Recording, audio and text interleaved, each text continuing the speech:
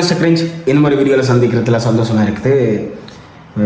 முன்னுக்கு அந்த வீடியோ பார்த்துருப்பீங்க. என்ன பிரச்சனைன்னு சொன்னால் வத்தலகாம கால்வாயில் மீன் கழிவுகளை போட்ட கடைக்காரண்ட கடையில் மக்கள் போராட்டம் செஞ்சு எதிர்ப்பை காட்டியிருக்கிறாங்க. அந்த கடை எல்லாத்தையும் உடைச்சி எதிர்ப்பு காட்டியிருக்கிறாங்க. இந்த கால்வாயில் நீர்நிலைகள் பாதுகாக்கப்பட வேண்டிய ஒன்று. அதில் இப்படி ஏற்கனவே செஞ்சக்கு அந்த அவர் கொண்டு வந்த கழிவுகளை கொண்டு வந்த பட்டா முழுக்க ரோட்டில் இருந்த கழிவு எல்லாத்தையும் அள்ளி அதுக்குள்ளே அந்த வாகனம் ஃபுல்லாக நிறைச்சிருந்தாங்க.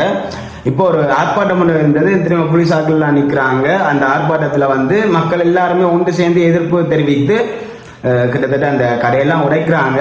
அது ஒருவேளை தவிர்த்திருக்கலாம், ஒருவேளை அவர்கள் அந்த ஆக்ரோஷமாகவும் இருக்கலாம். ஏன்னா அந்த நீர்நிலையை எத்தனையோ விதமாக பயன்படுத்தி இருப்பாங்க. குடிக்க, அதுவும் குறிப்பாக குடிநீர் உள்ள நீர்நிலையாண்டா என்ன நிலைமை. அப்போ மக்கள் எல்லாருமே ஒன்று சேர்ந்து அதில் மிகப்பெரிய ஒரு எதிர்ப்பை காட்டியிருக்கிறாங்க. அதே மாதிரியே இது உண்மையாகவே நல்ல ஒரு விஷயம். இப்போ குப்பை போடுறதுக்காண்ட ஒரு இடம் ஒன்று இருக்குது. நாங்களும் பார்த்துருப்போம். இப்போ ரோட்டில் போவாங்க, பைக்கில் ஒரு உடப்பையை கட்டிக்கொண்டு போவாங்க. போகிற வழியில் அப்படியே அந்த ஒன்று தெரியாமல் எதேச்சியாக விழுறவங்க லைட்டாக தட்டிட்டு போகிறது. அப்போ அந்த மாதிரி விஷயங்கள் எல்லாம் நடந்து கொண்டா இருக்குது. அதே நேரம் இப்போ ரோட்டில் போகிறாக்கள் குப்பைகளில் போகிற வழியில் ரோட்டில் தட்டி விட்டுட்டு போய்க்க பின்னுக்கு வாகனங்களோ இல்லாட்டி இரவு நேரத்தில் சற்று அதிகமான விதத்தில் வாகனங்கள் ஒழுங்காக தெரியாமல் விபத்துக்களும் ஏற்படுறது.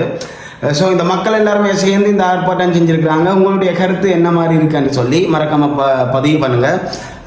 ஓகே, இது மாதிரியான வேறு அடுத்தடுத்த விஷயங்கள் அப்டேட் பண்ணிக்கொண்டே இருக்கிறேன். மறக்காமல் நம்ம மிஸ்டர் கிரிஞ்ச் சேனலை சப்ஸ்கிரைப் பண்ணுங்கள்.